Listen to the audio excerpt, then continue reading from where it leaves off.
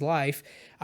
It's hard not to believe growing up in that era to think that, your life is not perfect or that you have to make it so. Otherwise you're losing. You're not living a good life, and having that ability to, I guess, first admit to yourself that there is something different than what you're putting out and what you actually feel is the start of that detachment, like, happening. You're starting to see that distance between the two, and then you can really go inward and really see, like, okay, well, what is this all about? Am I going to continue like this, or am I going to change this? And then if you're going to change it, then you go and you try to talk to yourself with a different narrative. And I'm curious if you have any techniques around that, like, for finding your grounding or centeredness. I know I can share a few things that I do for sure, but I would love to hear how you manage to, for yourself, stay grounded and present and in your daily life, and how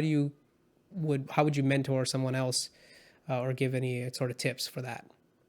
Yeah, absolutely. And I have a short answer and a long answer. So the I short love it. answer is when I have something going on in my own head, just like I do with my friends and my clients, I ask, is it real?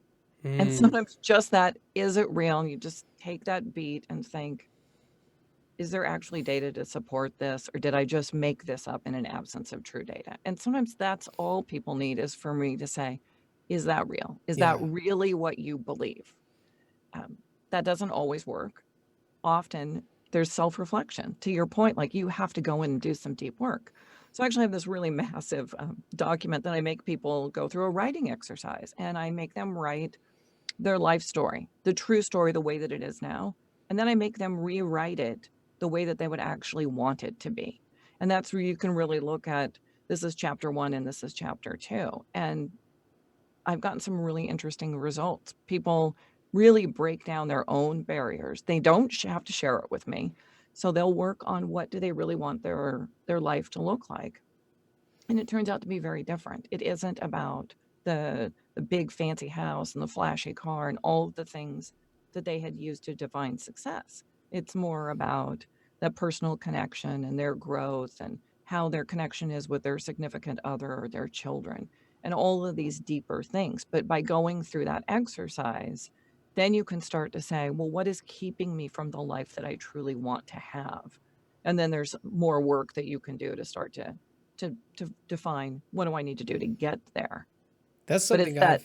I've actually have researched this, and there's a lot of evidence to support this, that part of the anxiety that comes from not feeling complete is because your brain doesn't have, or your thought process hasn't computed enough into a potential outcome about the future, and you don't Mhm. have that security within you. Like, so when you do the process of writing down what current state is, and what, I did this when I was going through my dark phases. I have tons of books of journals full of just I call it like my mental diarrhea, really, because it's not sensible for other people, but it's there for me, because a lot of times, and this became a habit that I even took with me to the office when I was going into the office, because I couldn't sit there and take a break. But whenever I would get overwhelmed, I call them sticky note thoughts, because you can throw a sticky away, and I would just take a sticky note, and the moment I'm feeling overwhelmed, I would say, I am starting to feel overwhelmed because I don't think I can commit to this deadline. I don't think I have the skills to do this right now.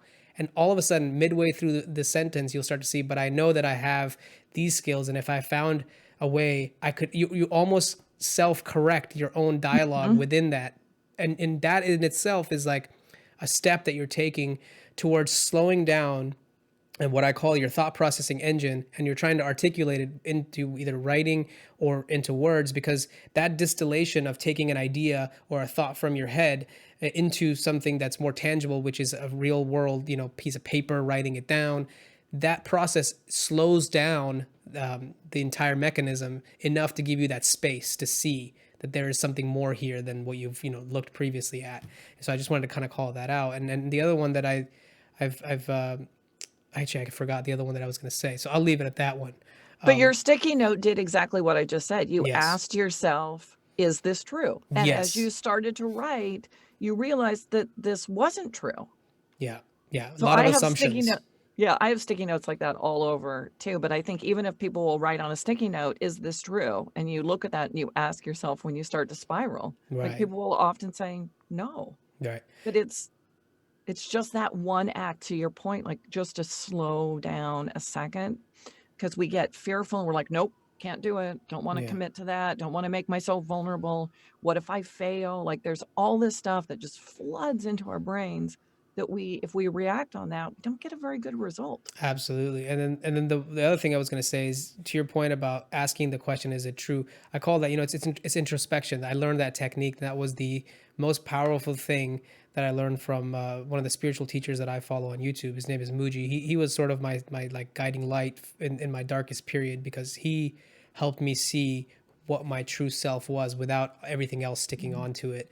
And he introduced me to my true self, I guess I would say. And what I realized is that there's a few questions, and this goes back to conversations I've had with one of my other very close friends, who I would almost say is like my guiding spirit or angel in this world, because just meeting him in the right moment in time when I did is a large part of the reason why I am where I am today. And one of the contemplation questions that he always brings to me is to ask yourself, are you doing what is essential? Because that to your mind in itself will change the dialogue. Because when you start Mm. thinking about it in the sense of like, did you accomplish this or that, that's very binary, and it's not broad enough for our thinking. But if you look at things in the perspective of, am I doing what's essential? Am I doing what's essential for my health, for my family, for my finances, for my community, for my neighbors, whatever it is, like if you look at it from the perspective, you'll find mostly always you're doing what's essential. Like there's nothing so out of place as it seems. So it almost like gives you the ability to see yourself from a different vantage point, somewhat not attached to the character that, what it's believing itself to Mm. be. So that's a very, very good question. And then the one thing I always like to remind myself of is I always try to tell myself many times in the day, especially when I get frustrated and angry, because that aggressive part of me is still very much there from, the early age and part of my upbringing. And I always say, you are peace and love.